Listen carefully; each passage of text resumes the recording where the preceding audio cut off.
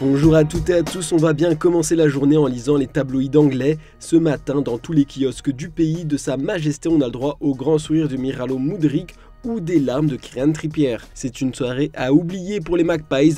Chelsea a battu Newcastle au tir au but pour se hisser en demi-finale de la Carabao Cup. Le principal responsable du coup, il a été désigné, c'est Trippier. Une erreur du défenseur a permis à Myralo Mudryk d'égaliser dans les arrêts de jeu. Ensuite, pendant la séance de pénalty, l'anglais n'a pas su trouver le chemin des filets. Un cauchemar à oublier pour les joueurs des Toons. L'autre rencontre qui fait les gros titres en Angleterre, c'est le premier match de Manchester City en Coupe du Monde des clubs. Les Sky Blues faisaient leur entrée en lice face à Urawa Red Diamonds, vainqueur de la Ligue des Champions en Asie. Supérieur à son adversaire tout au long de la rencontre, le dernier lauréat de la C1 n'a pas tremblé en l'emportant assez largement 3-0. Ils affronteront Fluminense vendredi prochain en finale. Direction l'Allemagne maintenant, rien ne va plus pour Dortmund et Edin Terzic. Malgré la qualification et la première place de son groupe de la Ligue des Champions, le VfB n'avance plus du tout en championnat. Le club de la Ruhr a enchaîné hier soir un nouveau match nul à domicile, 1-1 contre Mayence, pourtant 17ème. 6 matchs sans victoire de suite en championnat, ça commence à faire beaucoup pour une équipe qui visait la première place. Le journal Bild se demande sérieusement si Terzic sera toujours le coach du club de la Ruhr en 2024. Il semble avoir baissé les bras. Le directeur sportif de Dortmund, Sebastian Kehl, avait même déclaré avant le match que Terzic était sous pression. À en croire les informations de la publication allemande, les dirigeants du BVB vont se réunir dans les prochains jours pour décider du sort du jeune coach. Ce dernier manque d'arguments pour sauver sa place, estiment les journalistes d'Outre-Rhin, une situation à surveiller. Bon, et en Espagne, Griezmann continue d'illuminer les pelouses de Liga, à nouveau auteur d'un doublé cette fois face à Retafe. Le français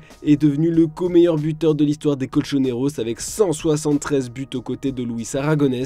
Pour le journal AS, le champion du monde 2018 a tout pour devenir un joueur éternel, une légende, un parcours semé d'embûches pourtant pour le français qui a su redevenir le chouchou du public madrilène après se les avoir mis à dos en partant au Barça. Une sorte de rédemption pour le journal Marca. Le petit prince, comme l'appelle le Mediasport, peut remercier son ami Diego Simeone qui a su lui faire confiance toutes ces années. Griezmann est un joueur extraordinaire, a confié El Cholo après la rencontre d'hier soir. Pour le journaliste espagnol pro Atlético David Vinuesa Marbach, Antoine Griezmann est actuellement le meilleur joueur du monde. Du côté des rivaux du Real, Toni Kroos aurait changé d'avis et ne voudrait plus quitter le club à la fin de la saison. D'après AS, Ancelotti encourage l'Allemand à prolonger pour une année de plus. Compte tenu de son haut niveau de jeu, le club envisagerait de le renouveler jusqu'en 2025. Ses coéquipiers du vestiaire sont époustouflés par lui. Décidément, l'Allemand revient sur toutes les dernières décisions. À en croire les informations du média allemand Bild, le milieu de terrain du Real Madrid réfléchirait actuellement à un grand comeback en sélection pour participer à l'Euro 2024. Par contre, Thibaut Courtois a déjà renoncé à partir en Allemagne avec la Belgique. Muet depuis le Brassardgate chez les Diables Rouges, Thibaut Courtois a brisé le silence dans une longue interview à Sportza, reprise par les médias belges. Il a assuré qu'il n'ira pas à l'Euro. Il explique que la polémique n'a rien à voir avec cette décision qui repose uniquement sur des critères sportifs, sa blessure, mais les journalistes ont des doutes.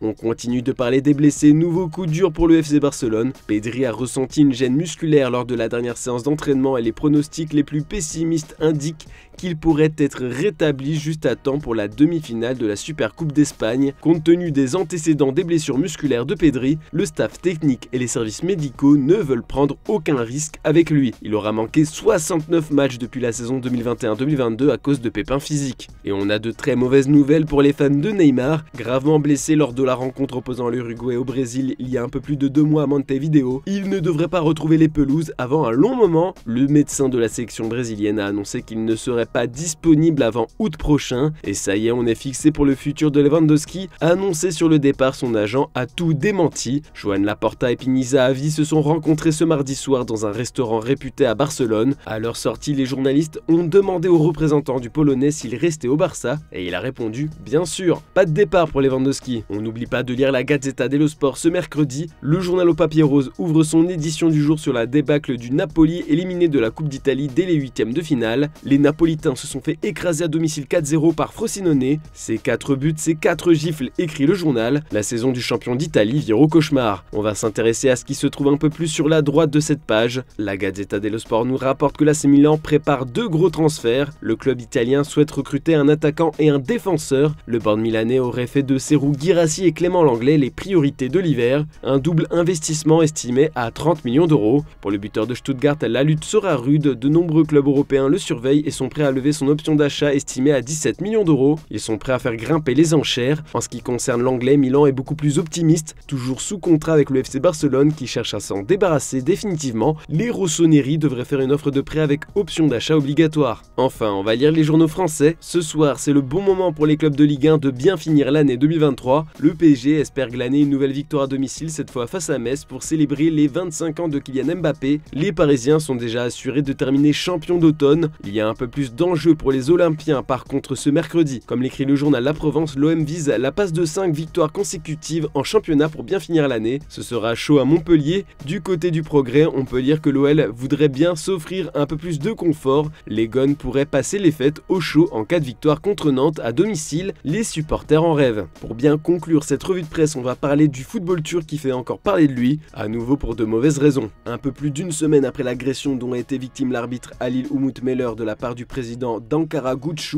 Faruk Koka, c'est cette fois la rencontre entre Istanbulspor et Trabzonspor qui n'est pas allée à son terme alors que les visiteurs menaient 2-1, excédés par des décisions arbitrales en leur défaveur. Les joueurs d'Istanbulspor ont tout simplement quitté la pelouse alors qu'il restait encore une vingtaine de minutes. Ils ont été incités par leur président, Ekmel Faik Sarayaloglu, qui a lui-même fait irruption sur le terrain pour demander à ses troupes de rejoindre le vestiaire. Le match n'a pas repris. Voilà, c'est tout pour ce mercredi. On se retrouve demain matin pour une nouvelle revue de presse. N'oubliez pas le JT Foot Mercato en fin d'après-midi. On a aussi sorti une nouvelle vidéo sur notre chaîne secondaire. Si vous ne connaissez pas trop les deux prochaines recrues brésiliennes du PSG, Gabriel Moscardo et Lucas Beraldo, c'est le moment d'aller la voir. Bonne journée à toutes et à tous.